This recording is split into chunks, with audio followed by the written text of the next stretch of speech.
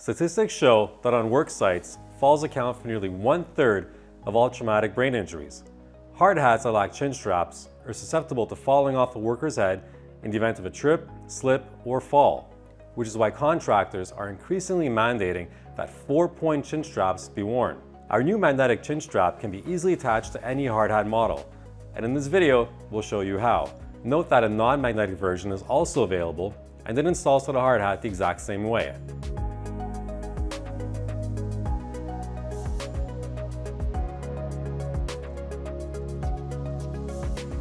We'll begin by laying the hard hat upside down so that the suspension loops are visible.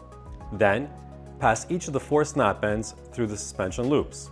Alternatively, for a larger fit, we can attach the rear straps to the headband where the suspension adjustment is.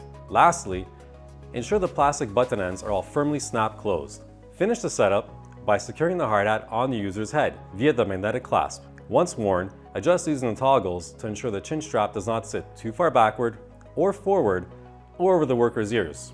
A critical part of any PPE plan is that the workers will actually wear it. That's why innovations like our magnetic chin strap are ideal.